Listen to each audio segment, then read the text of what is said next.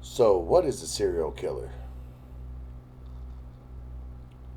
What motivates them? What moves them to do what they do? I think Confessions of a Serial Killer is one of those websites that really help us understand what it is that makes certain people tick. We may not like it, but it's there. And on tonight's episode, as always, be warned. It will be very disturbing. It may bring up some very bad memories for certain people, and it may cause nightmares. This is probably going to be one of the most graphic shows that I've ever done on YouTube, and they're only going to get worse. So if you scare easily, if you get sick easy, I would suggest you not watch this. This is Confessions of a Serial Killer.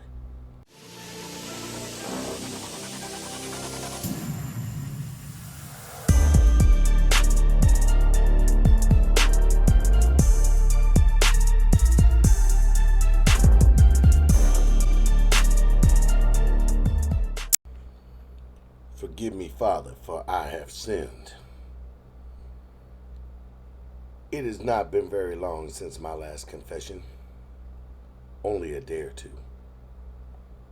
However, it seems that my confession has brought a lot of questions. So I felt the need to let you guys know I am not done. If anything, this is only the beginning.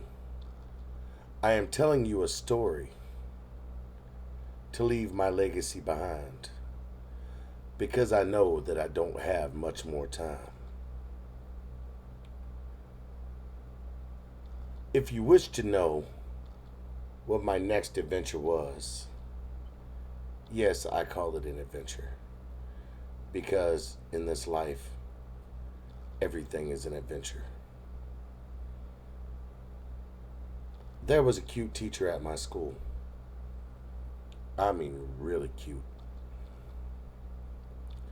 She used to wear these little skirts, had barrettes in her hair. She looked young. She looked about our age, even though she wasn't. She was in her 20s. However, I was about 16 years old. And I remember always wondering what it would be like to be with a woman like that. Well, there was one day whenever she actually tried to put me in my place, and I thought, it's time to find out why this little bitch thinks she's just so great. So later on that night, I walked down to where there was a bicycle I knew I could take. And I rode my bike probably about a good 10 miles. Yes, I say my bike because after that, it was my bike for the time. See, that's something people don't get. Whenever you are a predator, you take something, it is yours. So I took it. And I went down to her house. It had to have been about 1 or 2 in the morning. I don't know. By the time I got there, it was pretty late. And I remember just opening the door. See, back then, people were so naive. They didn't believe something truly evil, such as myself, could exist. I remember finding something to make a mask out of. And I went in the house and walked upstairs and seen her sleeping. Unfortunately, that bitch had a husband. So I looked around to see what I could find to maybe just make them listen to me. Well, surprisingly, right next to the bed, little to my knowledge, there was a gun laying there. I didn't see it before just because it was so dark in the room. However, I guess he had it for protection.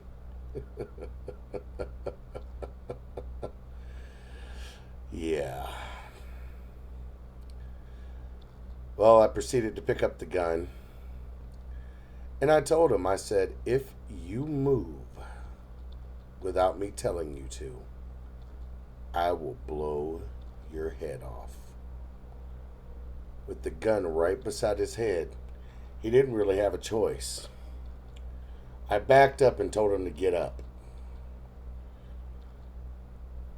I seen an office chair sitting there by his desk, so I told him to sit down in it. His wife, now kind of waking up a little bit, seeing me standing there with the gun, and her eyes were just, oh, the fear. Just, if you can see into someone's soul whenever they are terrified, is the best time. It just opens up their soul so much. To the point that you can see everything about them.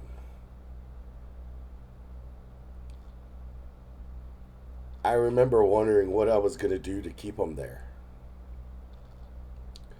So I told her, I said, get what you can and tie him down.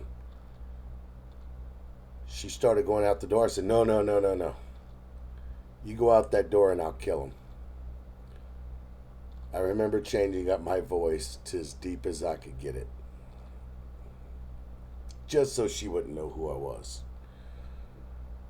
Well, see, there's this funny little thing called clothing that will actually make very great strides to bind somebody, and I made sure she tied him so tight. And I told them, don't worry, I'm only here to steal a few things and then I'm going to leave. However, after she was done tying him down and I knew he wasn't going anywhere, I told her to take off her clothes. She looked at me bewildered, and I said, bitch, did you not hear me?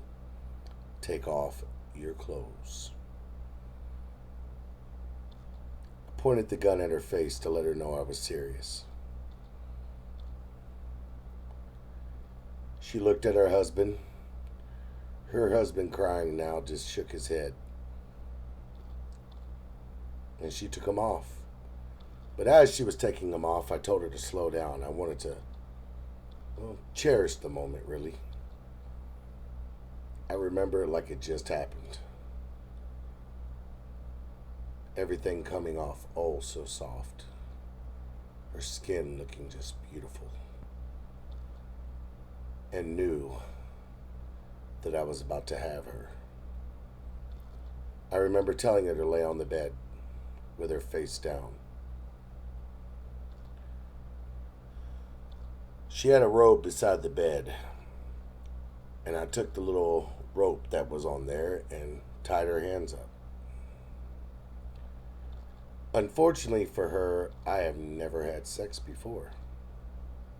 This was going to be my first time ever. Well, the reason why I say unfortunately for her is because, well, there are 2 holes down there on a woman. And let's just say it went in the wrong one. And I could tell it was the wrong one. And I could tell she was in a lot of pain. It's one of those pains that, well, you take in as much breath as you can. And you keep breathing in and keep breathing in. Yet, you can't scream. And I'm glad she couldn't scream, because if she would have screamed, I would have killed her and I would have had to leave. However, it really didn't make me feel bad. Actually, I didn't feel anything but just as power as she cried and cried and cried. it made me want to hurt her more. It's like this feeling just inside of me, just this explosion, just breaks your mind. I don't know how else to put it. It was one of the most amazing feelings ever. Yes, I know some of you are probably thinking, what the hell's wrong with this guy? My question really is, what is wrong with you? This should be something that I believe every man should be doing. However, we will get back to the story now. So, I was there. Surprisingly, it did not last long. Well, you know. And with that, I stopped for a moment, but noticed I wasn't done. So I went back at her again. And one more time for good measure. Now, by the third time, she just seemed to just give up. No tears, no crying, no begging, nothing. She just laid there, just with this lifeless look in her eyes. Well, my father gave me a boot knife whenever I was 12, and I had it with me. So I figured maybe I would give her just a little ambition to keep giving me what I wanted, which wasn't actually even the sex. I wanted her to hurt. I wanted to be in control. I never realized just how easily a knife would slip into somebody, especially an old buck knife. I just really had no clue. But whenever I put it up against her side, it did slide in. And she started crying, and then I started going again. Don't ask me why. You should already know why. Not only was the feeling just tremendously awesome, it was power. It was real, true power. That was only the second time in my life whenever I felt like I had complete control. The husband now crying and sobbing, and my poor wife.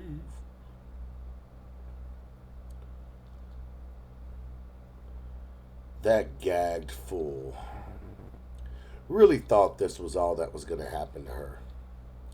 However, I knew better than to leave anyone alive.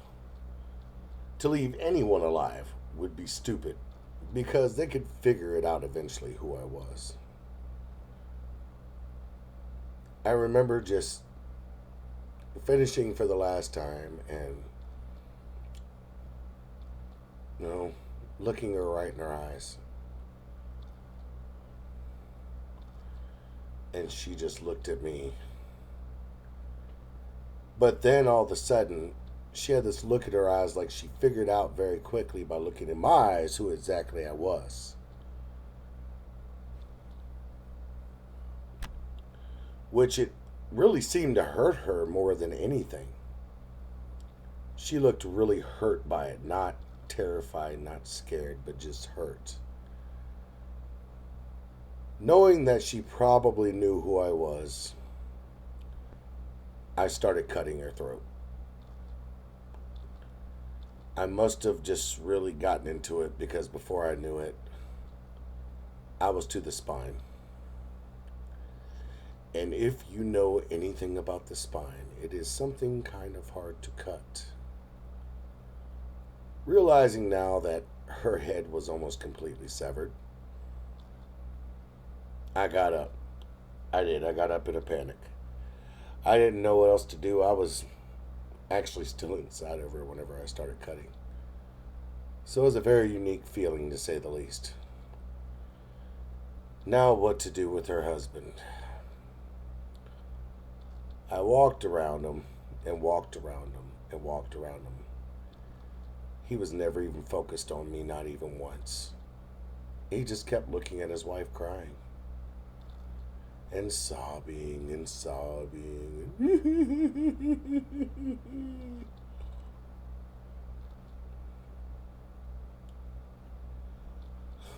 So at that point, I kind of rubbed her blood on him a little bit. Now,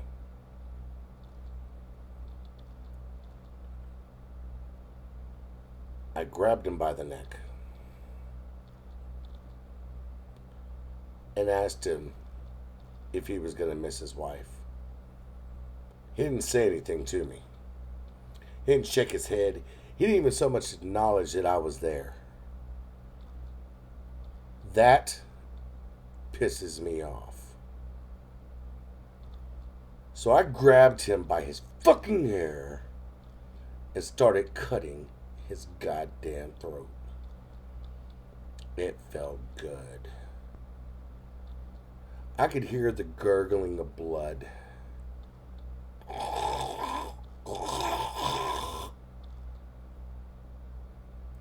Every time he tried to breathe. I'm sure his wife did too, but I was too into it the first time to hear it, to really realize it, and maybe I went too far at first. Maybe I killed her quickly. I don't really know. I couldn't really tell you. I was so into the moment that it just didn't matter anymore. However, with him, he did that. Just that. Oh, at the time, it was a really strange noise, and you could hear it. I mean, he tried to breathe. He just wouldn't breathe. He was breathing in blood, in and out, in and out, in and out. It was amazing how long it took for him to die like that. I mean, really amazing. It seemed like it took forever. I remember taking the cover off of my face that I had made and just looking at him. And he looked amazed. Amazed that somebody as young as me could do what I've done. Or maybe it was just amazement in general that I took it off. I don't really know. All I know is afterwards, I told him, I was like, look at your bitch now. She did this to you, not me, her. Had she had not been so beautiful and such a bitch at the same time, I wouldn't have had to do this.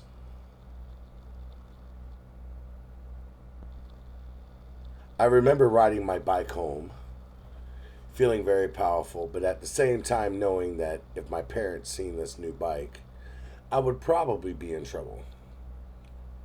So I ditched it. I ditched it at someone else's house. To this day, that murder is still a cold case. Nobody knows what happened. And if they do, they're sure not letting on. See, this was a time before all this DNA bullshit. Everything that you watch on TV showing how to solve a case and whatnot.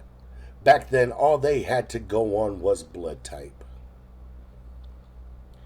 And do you know how many people in this world have my blood type? It's one of the most popular blood types there are. Nobody would ever figure it out. More so, they would never figure out it was done by a child. This is my confession. If you want to see another confession, come back tomorrow. I'll write more. But at the end of the day, always remember, bitches, there's predator and there's prey. Which one are you? So just to let you guys know, it only gets worse from here. It may be time for you to turn back in any capacity. This is the Confessions of a Serial Killer. Now, a lot of you guys have been saying that you would like to see this on Mondays and Fridays. So I'm probably going to make that happen because there are so many of them. So, yeah, guys. Don't forget to like, subscribe, and share if you want to see another episode of Confessions of a Serial Killer. And I will see you next time.